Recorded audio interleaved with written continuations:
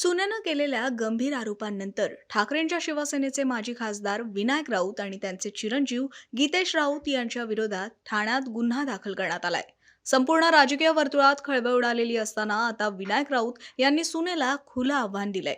पत्रकार परिषद घेत आपल्या विरोधात षडयंत्र रचलं जात असल्याचा आरोप विनायक राऊत यांनी केलाय.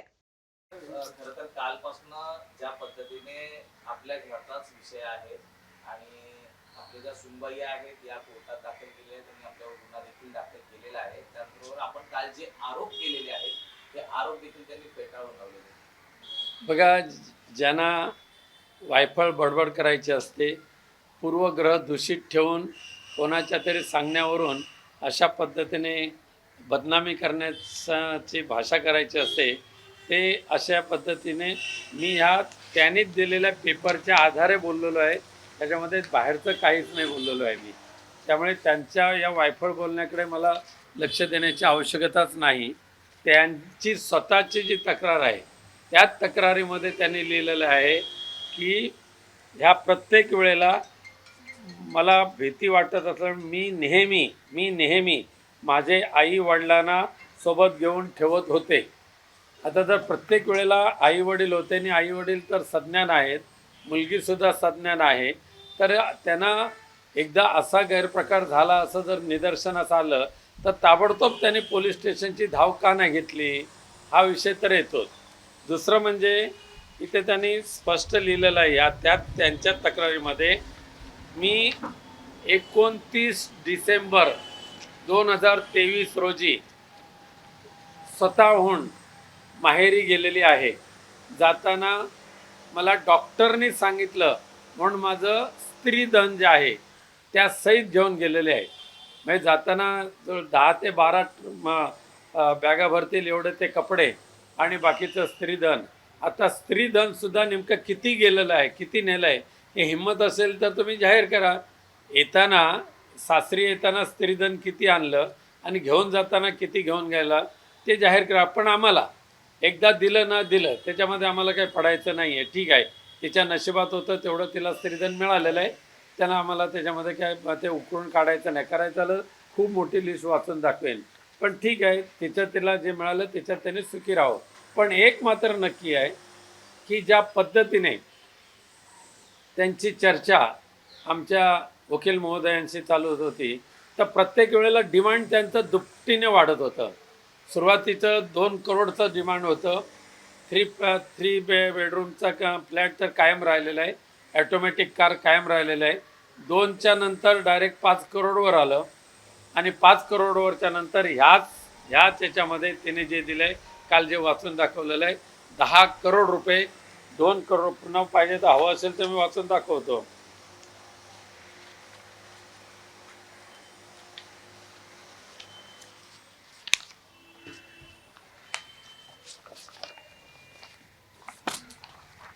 टोटल 12,50,00,000 एवढी डिमांड जी त्यांची वाढलेली आहे.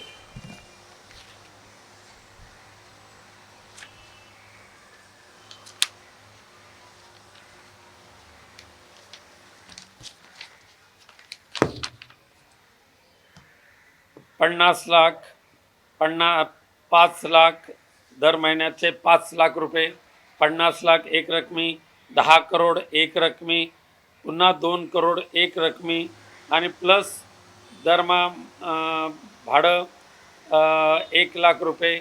त्याशिवाय 3 बेडरूमचा जो घर आहे तो घर पूर्णपणे मिळालं पाहिजे. त्याचं EMI जे आहे ते मी भरणार नाही, ते तुम्हीच भरलं पाहिजे. अशा पद्धतीचे जे डिमांड ठेवलेले आहेत ना, त्या पूर्ण करून घेण्यासाठीच हे खोटे नाटे अशा पद्धतीची बनावगिरी करून केलेले आरोप आहेत. त्या आरोपांना आम्ही काय भीक घालत नाही, कारण आम्ही अध्यात्मातले आहोत आणि आमचं दैवत आमच्यासमोर पंढरीचा पांडुरंग आहे, तसंच आमच्यासमोर आमचं दैवत हिंदू हृदय सम्राट बाळासाहेब ठाकरे आहेत. त्यामुळे आम्हाला ह्या 2 दैवताशिवाय इतर कोणाच्याकडे जाण्याची आवश्यकता पडत नाही. कुलदेवता, ग्रामदेवता तर आपल्या असतातच कोकणातल्या, आणि त्यांच्याकडे जाणं म्हणजे काही गुन्हा ठरत नाही त्यांच्या दर्शन घेणं. यावरूनच त्यांनी असा देखील आरोप केलेला आहे की एका गोंदूबाबाकडे मला नेलं त्यामुळे मला ते कळलं, पण या व्यतिरिक्त 3-4 ठिकाणी आम्हाला नेलेलं होतं आणि त्यातल्या काही ठिकाणी आपण स्वतः देखील त्यांच्यासोबत होताल आणि तुम्ही त्या सगळ्या गोष्टींमध्ये इन्व्हॉल्ड आहात. तुमच्या सांगण्यानुसारच त्या गोष्टी ते आता माझा पोलीस खात्यावर पूर्ण विश्वास आहे, न्यायालयावर माझा पूर्ण विश्वास आहे. ज्यांची नावं त्यांनी दिलेली आहेत त्यांना ज्यावेळेला पोलीस चौकशी करतील त्यावेळेला ते समोर येईल. त्यामुळे ह्यांच्या बकवासगिरीवर विश्वास ठेवण्यापेक्षा मी पोलिसांच्या चौकशीवर माझा विश्वास आहे, त्यांनी चौकशी करावी. या व्यतिरिक्त आपले भांडूपमध्ये बंधुराज आहेत, त्यांचं नाव देखील या केसमध्ये घेतलेलं आहे. त्यांचा आणि यांचा नेमका काय संबंध? ते आमच्या घरातले सर्वात, आमच्या भावकीतले सर्वात ज्येष्ठ आमचे बंधू आहेत, सर्वात ज्येष्ठ बंधू आहेत. त्यामुळे त्या सर्वात जवळजवळ 85 ते 87 वर्ष त्यांचं आहे आणि त्यामुळे त्यांचं मार्गदर्शन घेणं, त्यांचे आशीर्वाद घेणं हे आमचं कर्तव्य आहे. त्यांनी जरी त्यांच्या घरामध्ये इतरांना कोणाला विचारलं नसलं तर सुद्धा आम्ही आमच्या घरातल्या ज्येष्ठांना आम्ही सन्मानाने वागवतो आणि त्यांचे आशीर्वाद आम्ही नेहमीच घेतो. ज्या पद्धतीने कोर्टात इतर आरोपींबद्दल देखील ज्यावेळी सुनावणी सुरू होती तर आपण ABA अटकपूर्व याच्यासाठी आपण जाणार आहात का कोर्टामध्ये? वकिलांच्या सांगण्यानुसार आम्ही पुढचं करू, पण न्यायदेवतेने ज्या वेळेला बोलवेल त्या वेळेला आम्ही न्यायदेवतेसमोर नम्रपणे हजर राहणार आहोत.